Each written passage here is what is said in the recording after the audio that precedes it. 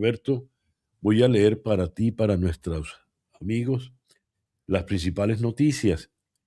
Estudiantes universitarios encabezaron una concentración masiva ayer en Venezuela para exigir la libertad de todos los presos políticos. La actividad reunió a ciudadanos, trabajadores organizados y familiares de detenidos quienes rechazaron liberaciones condicionadas y pidieron garantías plenas de derechos humanos. Al cierre del acto, el movimiento estudiantil convocó para una marcha nacional el 12 de febrero, Día de la Juventud, con el objetivo de presionar por una transición democrática. La jornada transcurrió sin incidentes mayores. El exfiscal Zair Mundaray afirmó en X que la nueva directiva del Tribunal Supremo de Justicia se definiría de inmediato y describió el perfil de quienes aspiran.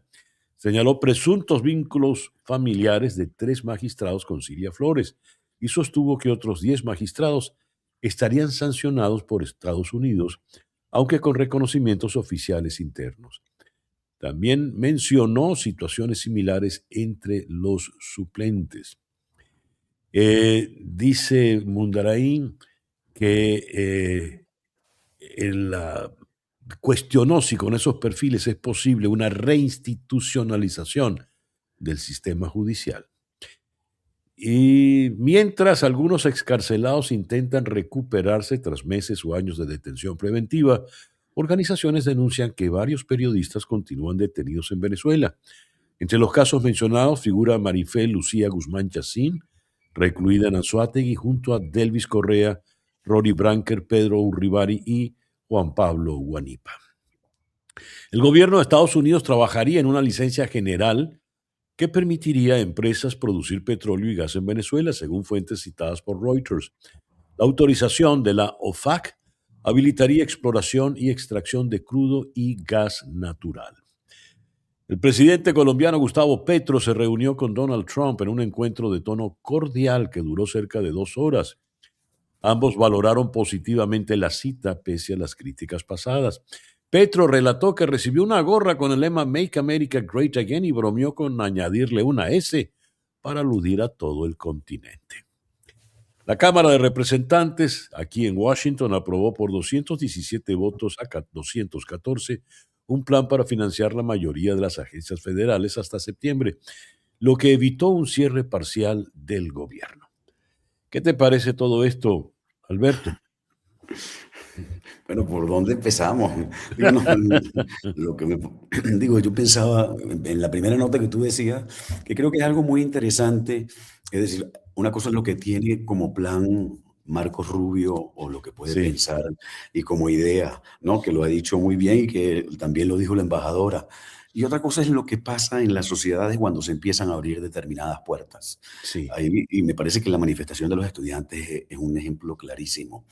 ¿Cómo se controla eso? Digamos, si lo primero que empieza a salir la gente, una vez que se adueña de la calle, del discurso, empieza a Ujú, exigir otra cantidad de cosas. Y ahí sí es un proceso donde, digamos, Marco Rubio y el gobierno norteamericano parecía no contar nunca con la sociedad venezolana. ujú, Digamos, no estaba como en los planes cuando hablaron hace un mes, después del 3 de enero, con la extracción de Maduro, pues ya ujú. tenían como un cuadro perfecto y un diseño de lo que iba a pasar. En ese diseño y en ese mapa nunca aparecía la sociedad civil, la gente. Y ahorita está empezando a aparecer, ¿no? Y eso yo creo que va a darle como otra dimensión a todo lo que está ocurriendo. Interesantísimo lo que estás apuntando, Alberto. Yo no había reparado en ese detalle. De verdad que pareciera que todo se elaboró en un laboratorio, ¿verdad? Muy, muy aséptico, muy frío, pero sin la gente. Pues es que digamos que cuando hablaba Trump o Rubio, decía, bueno, Ujú, tenemos controlado, digamos, vamos a hacerlo con Delcy, ujú, ¿no? María Corina no lo puede hacer. Digamos, ujú, en todo ese mapa, en todo ese discurso, la posibilidad de que la sociedad participara de cualquier manera parecía que no estaba, digamos. Y ujú. empezamos a darnos cuenta de que cuando se abren algunas puertas, fíjate que acabo de ver yo unas declaraciones de Rojas, un preso que, pues, desafiando a la orden del tribunal, empieza a contar y empieza a hablar, Sí. digamos. ese tipo de cosas yo creo que producen unos movimientos sociales, pueden producir un fluido, digamos, ¿no? Muy importante y eso es la democracia, ojo, ¿no? Ahora, hay un detalle que me llama la atención. Ujú, Van los manifestantes ante la asamblea, salen los estudiantes a la calle. Por lo general, las manifestaciones tienen un liderazgo claro en un partido político o en ujú, un líder puntual, ¿verdad? Las últimas manifestaciones que conocimos fueron las que se hicieron en la campaña electoral del 2024 y, por supuesto, eran convocadas por María Corina y luego con Edmundo González Urrutia. Magnífico, era una campaña electoral. Pero en este momento, ¿quién está llamando a la gente a la calle? Decimos los estudiantes, decimos la sociedad civil, mas realmente quiénes son los estudiantes y la sociedad civil, tratando de encontrar algún liderazgo puntual. ¿Cómo lo ves, Alberto? claro. Pues fíjate que yo creo que empiezan a aparecer unas figuras que son referencia y que no estaban. Ayer vi yo a una muchacha extraordinaria, una estudiante que hablaba, que terminó además hablando en inglés, ¿no? Es decir, que también te habla un poco de cómo está el país, ¿no? Ajá. Pero también ves a las madres, por ejemplo, el ejemplo de estas madres, de ahí puede aparecer un liderazgo, una referencia. Digamos, venimos de un proceso donde todo el liderazgo político de los partidos fue duramente castigado. O Ya. sea, Maduro y su gobierno se sostuvo sobre la represión. A medida que empezó, después que murió Chávez y empezó la crisis económica, se fue endureciendo, endureciendo, endureciendo. La sociedad viene de ahí. Ujú. Yo me pregunto cómo va a gobernar Delcy estos 2 años o el tiempo que sea, Delcy, Diosdado o Jorge Rodríguez, digamos, lo que queda de esta corporación, y va a llevar el plan adelante sin la represión, ¿no? ¿Pueden gobernar sin represión? ¿Tú crees que pueden? Por eso, ahí hay un gran problema, cómo ellos lidian con la democracia. O sea, digamos, estamos ante un grupo que tiene que aprender de nuevo a ser democrático, no lo Ujú, saben. ujú. Ayer Jorge Rodríguez no le dio la palabra a Guanipa, a Tomás Guanipa en la asamblea. Es decir, no están acostumbrados a eso, ya lo perdieron, se olvidaron qué es lo que significa el respeto del otro, ¿entiendes? La existencia del otro y su expresión, políticamente hablando, ¿no? Eh, Alberto, ¿podrías pronosticar cuándo María Corina y Edmundo volverán a su amada patria Venezuela? No. No, pues, digamos, ahí hay otro problema, digamos. Me pregunto si hay o no hay un tipo de acuerdo, Ujú. digamos, ¿no? Es decir, si uno se pone en los zapatos de Delcy Rodríguez, ¿no? Dice, bueno, uno de los acuerdos con Estados Unidos, lo primero que pido es que María Corina no regrese, Mm. digamos, ¿no? Obviamente, es decir, ahí tiene que haber algo, o una petición o una negociación. Parte de la negociación es decir, no me metas a María Corina aquí porque, pues ahí sí, ahí lo que tú decías, ahí aparece el liderazgo político que ellos han estado Sí, evitando, ¿no? Alberto, hay un detalle que me llama la atención. Mencionaste, esta gente perdió, si alguna vez lo tuvo, el ADN democrático. No lo tienen. Y estas personas, los hermanos Rodríguez, a mí no se me olvida una entrevista que le concedió Delcy Rodríguez a José Vicente Rangel en Ujú, televisión, donde ella confesó en un arrebato de sinceridad extraordinario: esta es nuestra venganza. ¿A qué aludía ella? Pues evidentemente a la muerte de su padre, que falleció en una cárcel. Pero ojo, algún paréntesis, su padre, Jorge Rodríguez padre, había secuestrado a William Niehaus y los responsables de su muerte pagaron, ¿verdad? ujú. Ok. Sí, fueron juzgados. Cierro el paréntesis. Ella aludía a eso y pareciera que fuera una venganza sobre la sociedad venezolana. Tú escribiste un artículo brillante, muy importante, antes de esa declaración, cuyo título ya lo decía todo. Yo no maté a Jorge Rodríguez. Ujú. Podríamos detenernos un momento en eso para tratar de entenderlos a los hermanos Rodríguez, que como dijo la embajadora Dogu, pues me reuní con ellos, con Javier y con Ah, Delcy. sí. Pues, Con Jorge y con fíjate, Nelcy, perdón. claro, en aquel momento que yo escribí como ese artículo, tenía que ver un poco con esa sensación que había de decir de que estamos pagando todos los venezolanos algo que Sí, ocurrió, ¿no? Que yo no estoy diciendo que haya sido bueno, fue alguien asesinado en una cárcel, sí, digamos, señor. ¿no? Pero como bien dices, la fiscalía llevó el caso adelante, ¿no? Y hubo una gente juzgada, y que pagó cárcel por eso. Ujú, Y Jorge Rodríguez pertenecía a la Liga Socialista, sí, ligada, era diputado, pero a OR, ¿no? ujú, Que habían secuestrado a Nijaus junto con los otros grupos guerrilleros. Eso fue un secuestro muy complicado, digamos, ¿no? ujú, Pero esa frase a la que tú aludes de Delcy, lo que pasa es que, bueno, es muy buena, no sé si ella la lamentará ahorita, porque nos mete en el centro de un problema histórico ligado a un ujú, resentimiento personal, digamos, ujú, ¿no? Entonces es como terrible decir, bueno, nosotros estamos dando aquí la revancha, ¿no? Y nos estamos ujú, cobrando el asesinato de nuestro padre. Lamentablemente, para ellos y para el país, ujú, lo que el gobierno que han presidido ha sido un gobierno torturador, represor, que tiene una cantidad de muertos que tiene, crímenes de lesa humanidad, digamos, ¿no? ujú. No es, yo creo que no es ninguna experiencia buena para un país, ¿no? A mí me parece todo esto que está saliendo todos estos días, a mí me resulta muy doloroso, digamos, porque cuando yo veo, digamos, yo no puedo hacer una división en que diga, aquí estamos los venezolanos buenos, que somos nosotros y somos las Sí, víctimas, y aquí están los venezolanos malos. Yo tengo que pensar que el país somos todos y que esa gente que ha hecho esta cosa tan atroz también son venezolanos. Digamos, cuando yo pienso en toda esta gente que está en el helicoide, no solo en las víctimas, también pienso en los otros y digo, ¿cómo fuimos capaces de llegar a esto? ¿Qué ha pasado con nuestra sociedad? ¿A dónde nos condujo todo este proceso?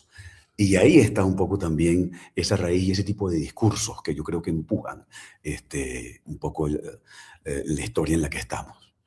ayer conversando con la psicóloga Edith Shiro, sobre los traumas que te que te produce estar encarcelado por razones políticas y que te torturen, y cómo poder superar ese trauma. Un oyente hizo una pregunta interesantísima, que nos remite un poco, Alberto, a esas discusiones que muchos se hicieron después del Holocausto en Alemania y en Mm. algunos países de la Europa del Este. El oyente preguntaba, ¿en qué momento nos volvimos torturadores? ¿En qué Sí. momento el venezolano se convirtió en un ser tan vil? ¿O siempre fuimos así? No, no, yo creo que no. Y yo creo que hay líderes y liderazgos que destapan una irracionalidad, como el de Chávez, digamos, ¿no? Ujú, Y que hace que empiecen a ser permisivas y después normales algún tipo de práctica. Eso todo empieza hasta por el lenguaje, cuando no reconoces al otro y cuando lo sí, desprecias, ¿no? Y cuando lo desdeñas absolutamente y le quitas cualquier legitimidad. Por lo tanto, ya puedes pegarle, ya puedes torturarlo, ya puedes matarlo, digamos, ¿no? Y de esa ajá. experiencia, digamos, yo sí creo que es más bien como un proceso. A mí lo que me asombra es lo fácil que una sociedad se desliza hacia eso, hacia esas prácticas, ¿no? Y después que se desliza, que se derrama eso, ¿se puede Ujú. recoger? ¿Cómo lo Pues ves? yo supongo que sí, y la experiencia histórica dice que sí. Mira, yo ahorita que nombrabas tú lo del Holocausto y la Segunda Guerra, Ujú, recordaba esa frase de Primo Levi, ¿no? ujú, Que escribió muchísimo sobre eso y decía, un hombre torturado cuando regresa es un hombre que no confía en el mundo. ¿Entiendes? Que pierde su confianza en los demás, ¿no? ujú, En la experiencia humana. Entonces tú dices, bueno, sí toca un trabajo de reparación, de reconstrucción de un tejido, ujú. ¿no? Y yo creo que los venezolanos en este momento también estamos como desconcertados y a la expectativa porque sabemos que es un proceso difícil y raro y que empieza por la recuperación de la confianza. Entonces tú dices, bueno, este momento y esto que llamamos camino a la transición o a una posible transición, tiene que empezar, es decir, por esta cosa que suena como muy sencilla, pero que es muy, muy difícil y complicada, que es la confianza. Eh, Hoy se están cumpliendo 34 años de aquella siniestra madrugada en la que conocimos a un teniente coronel de paracaidistas llamado Ujú. Hugo Chávez. Eh, Hacemos un inventario, hacemos cuentas y ya esta cosa que es la revolución bolivariana tiene 27 años. Gómez tuvo 27 años en el poder. Pero esta irrupción de Chávez tiene 34 años de haber perturbado la vida del país. Antes teníamos un país de alguna manera normal. Aunque recuerdo a Moisés Naín y Ramón Piñango que escribieron aquello de la falsa ilusión de armonía, Sí, ¿no? sí, la ilusión de la armonía, sí. La ilusión de la Ujú. armonía. ¿Qué éramos antes, Alberto? ¿Y qué hemos sido nosotros desde aquella madrugada que dejó un buen Pues, poco de muertos, un buen saldo, ¿ah? cómo no, cómo no, y que nació también con una mentira. Perdón, que a mí me parece muy interesante porque Chávez llevó a los soldados, no les digo que iban a dar un golpe de Estado saliendo de Maracay, sino vamos a hacer una operación, ¿entiendes? Sí, señor. Entonces, sí, lo que pasa es que son dos países tan diferentes. Yo no sé si tú tienes esa misma sensación, digamos, pero además en la mitad tenemos unas generaciones que no conocieron ya ese país que nosotros conocimos. Ese 92 está tan lejos que hay ya una cantidad enorme, millones de venezolanos que no tienen ni idea de lo que había antes. Entonces, Ujú, también este trabajo de estar diciendo, bueno, es que antes había una democracia frágil, pero ujú, complicada, pero había unas instituciones, esta idea de decir, hay otra forma de ser país, ¿no? Que una ujú. cantidad de gente no conoce. Y yo creo que la irrupción de Chávez, que por supuesto se produjo en un momento donde también había, digamos, como un cansancio de esa democracia bipartidista. Hay que recordar que Chávez apeló a la corrupción. Y a mí me parece muy interesante eso de cara a lo que vivimos ahorita. Es decir, lo que puede definir al chavismo y a la revolución bolivariana no es la ideología, sino la corrupción. En todo caso, la corrupción convertida en su ideología, digamos, ¿no? Porque es lo que define el saqueo fundamental del país. Es sorprendente que hace 34 años se hubiera dado un golpe de Estado apelando a la pobreza, a Sí. la ignorancia de las élites de lo que vivía la gente, Ujú. a la corrupción y que 34 años después, ¿no? Estemos con una gente que reprime. Chávez también habló de la represión del 20 de febrero, del Caracazo, ¿verdad? ¿No? Como Ujú, punto. Entonces, que ha reprimido brutalmente, que ha saqueado y se ha corrompido de una manera impresionante y que no solo ha ignorado la realidad de la gente, sino que la ha negado.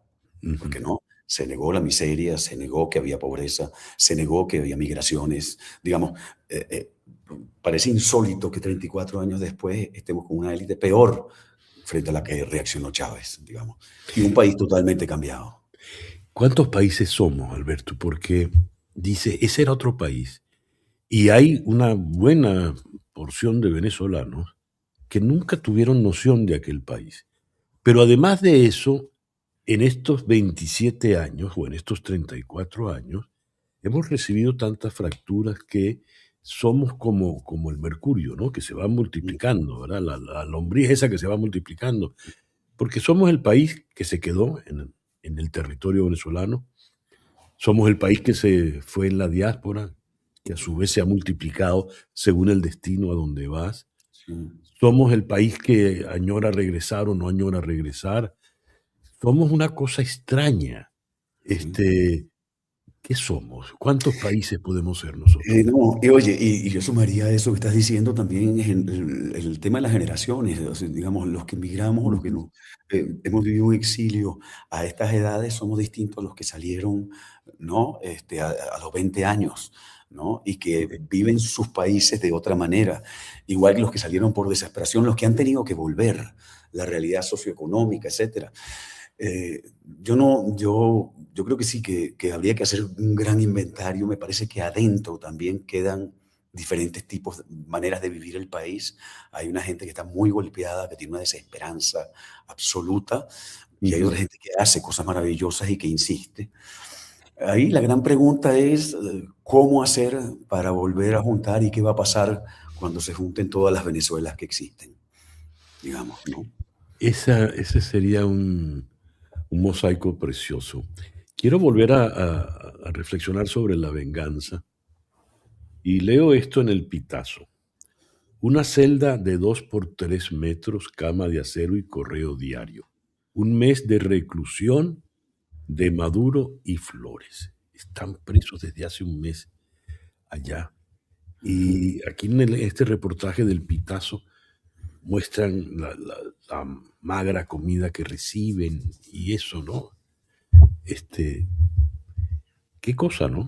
Un mes en prisión. Sí. Ahora, qué interesante que empezaste hablando de la venganza. Yo creo que eso que es muy interesante, esa rara, yo he dicho como una rara alegría, un gustico que dio el Mm, 3 de enero. Que si bien, pues no es la felicidad ni lo que cree la gente, pero es sorprendente cómo la mayoría de los venezolanos ahí sintió como una especie como de justicia, no sé si ujú, poética, pero un acto que celebró de alguna manera o de ajá, diferentes formas. Y yo creo que eso tiene que ver con algo que, que, mm, que se dio Chávez, porque Chávez tenía una cosa como de cinismo muy importante, pero que desarrolló muchísimo Maduro y su gobierno y que es la cultura de la crueldad, ¿no? Yo creo uf, qué que, fuerte eso. que Maduro y su gobierno le propusieron al país una cultura de la crueldad muy, muy fuerte. Y una burla, hay que recordar cómo públicamente se burlaba. Oye, perdóname, y estaban nombrando a algunos los escuchas ahorita el 28 de julio. Hay que recordar las elecciones y lo que significó eso para la gente. Yo estaba en Ujú, Caracas en las elecciones, yo fui a votar y estuve el 29 y vi las manifestaciones y te juro que no había visto una manifestación así de popular y de genuina desde hacía muchísimo tiempo, quizás desde las primeras bajadas de febrero del 89. Y había una gente indignada tocando olla, o sea, que sentía que le habían robado del voto, ujú, ¿verdad? Hay que recordar cómo reaccionó el gobierno frente a eso y hay que recordar a Maduro haciendo chistes, tum, tum, se me van sí. para Tocorón, cuando tenían a 2000 muchachos presos, digamos. Esa cultura de la crueldad, yo creo que es la que genera esta alegría, esta sensación de desquite y de alivio frente a ver a Maduro preso y a Cilia, digamos, ¿no? Y creo que eso es algo que tendríamos que analizar también los venezolanos porque Ujú, está ahí, digamos, ¿no? Hemos pasado unos años donde hay chistes sobre la tortura y sobre la muerte, digamos, ujú. sobre el daño a los otros. Y después de esa descripción tan cruda y veraz que has hecho, podemos recomponernos. ¿Hay alguna manera de sanar esa larga, larga inmersión en la crueldad? Pues yo creo que sí, por supuesto, pero creo que es lento, que es Ujú, difícil, que va a requerir negociaciones de mucho tipo, paciencia. Yo creo que es un proceso de verdad difícil, pero creo que los venezolanos tenemos con qué hacer esas cosas, digamos, ¿no? Que enfrentar, que también hay una cantidad de valores, ¿no? Y ujú, yo creo que en la juventud venezolana, por lo menos me ha pasado en las últimas veces que he estado ahí, hay una disposición, digamos, ¿no? Más cercana. Quizás los que hemos vivido todo este proceso y los que hemos tenido algunas consecuencias, ¿no? Sobre eso, tenemos unas heridas que son más difíciles de sanar, pero ujú, obviamente aquí nadie va a quedar intacto y todos ujú, tenemos, ¿no? Que empezar. A mí me preocupa a veces una polarización que vuelvo a sentir, sobre todo en las redes, y no sé el impacto que tienen las redes. Recuerdo hace años una conversación con Flor que tuve que me daba unas ujú, estadísticas sobre el consumo y el uso de las redes en Venezuela, pero no sé si eso sigue siendo así de ujú. pequeño o no. Pero en X y en otras cosas, a veces hay otra vez una polarización que me resulta incluso como muy, muy agresiva, muy descalificadora del otro. Y lo Ujú. único que hace, yo creo que es prolongar un proceso cultural que no necesitamos. No quiero cerrar la conversación, Alberto, sin preguntarte qué estás haciendo. Digo, profesionalmente, escribiendo. Estoy empezando a escribir una nueva novela libro, Ajá. este, y terminando una serie para Netflix que empiezan a grabarla ahorita en marzo. Entonces así encabalgo un poco como los dos procesos. Termino una serie de guión que me va a permitir escribir Ujú. una novela los próximos meses. Qué bueno. Bueno, estaremos muy pendientes de leerte. Alberto, mil gracias por haber compartido con nosotros No, gracias a ti, me encanta.